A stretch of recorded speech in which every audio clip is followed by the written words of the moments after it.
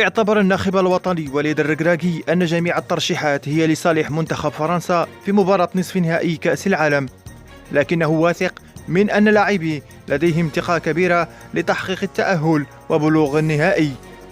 وأكد وليد الركراكي في الندوة الصحفية التي جرت صباح اليوم أنه يتوفر على فريق طموح ومتعطش لتحقيق أفضل الإنجازات، ويتم الاشتغال بشكل قوي على الحضور الذهني من أجل كتابة التاريخ ووضع إفريقيا في قمة العالم. وقال وليد الركراكي: أعرف أن جميع الترشيحات ضدنا، لكننا واثقون مما بإمكاننا تقديمه. قد يتم وصفنا بالحمقى، وفي بعض الأحيان من الجيد أن تكون أحمق.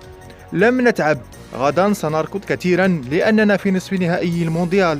وبشأن الخصم الفرنسي، قال وليد الركراكي أن الخطة لن تعتمد على إيقاف نجم باريس سان جيرمان كيليان مبابي، لأن منتخب فرنسا يتوفر على لاعبين جيدين في جميع المراكز، وقد تأتي الخطورة من جميع الجهات.